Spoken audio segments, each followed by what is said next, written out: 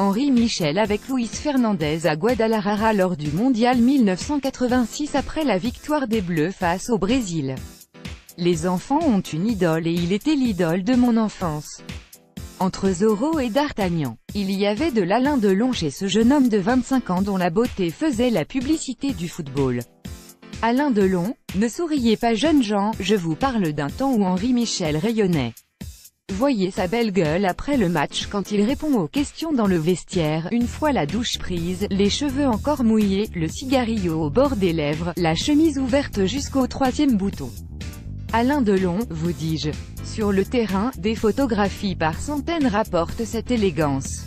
À vive allure, Henri Michel gardait la tête haute. La grâce est un don et Michel, prénom Henri, les possédait tous, vitesse, technique, intelligence. Les clichés des années 70 font foi, avec leurs shorts courts, les maillots moulants et le coton qui scintille.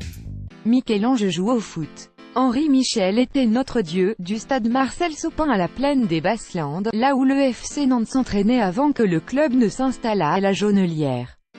Je dis « notre Dieu » parce que tous les écoliers de la ville, enfin tous ceux qui collectionnaient les images Panini et rêvaient en jaune et vert, tous dormaient la nuit avec le numéro 8 dans le dos et tous rêvaient une nouvelle fois de battre Saint-Étienne, puisqu'il était acquis que les Verts prenaient une valise quand ils quittaient Geoffroy Guichard.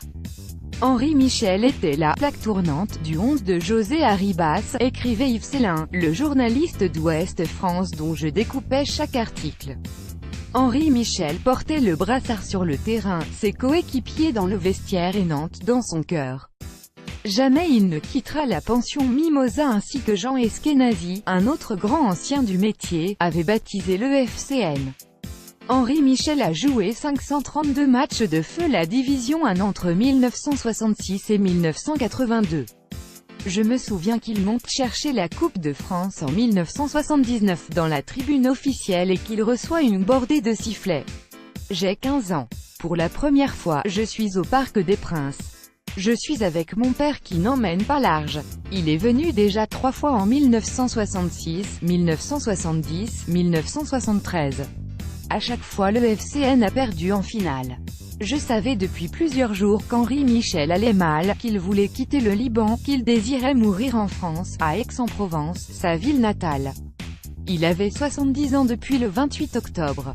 Personne ne sait pourquoi une vie tourne mal, pourquoi la chance, la réussite ou la fortune disparaissent.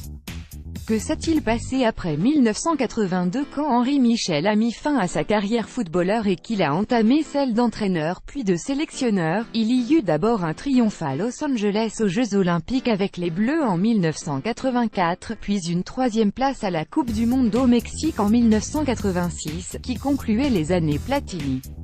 Et là, ensuite, Henri Michel perdra le fil. De l'équipe de France au Paris Saint-Germain, d'équipe nationale en équipe nationale, j'en ai compté 8 mais je n'en suis pas certain. Le parcours d'Henri Michel est jalonné sinon d'échecs, au moins de revers. En tout cas, jamais de réussite éclatante, quelle tristesse, j'avais noté comme un goût d'amertume quand je lisais ou écoutais chacun de ces entretiens. Amertume masquée par un sourire. Comme une dernière élégance. Henri Michel n'était pas programmé pour le malheur, j'entendais sur son compte de vilaines choses.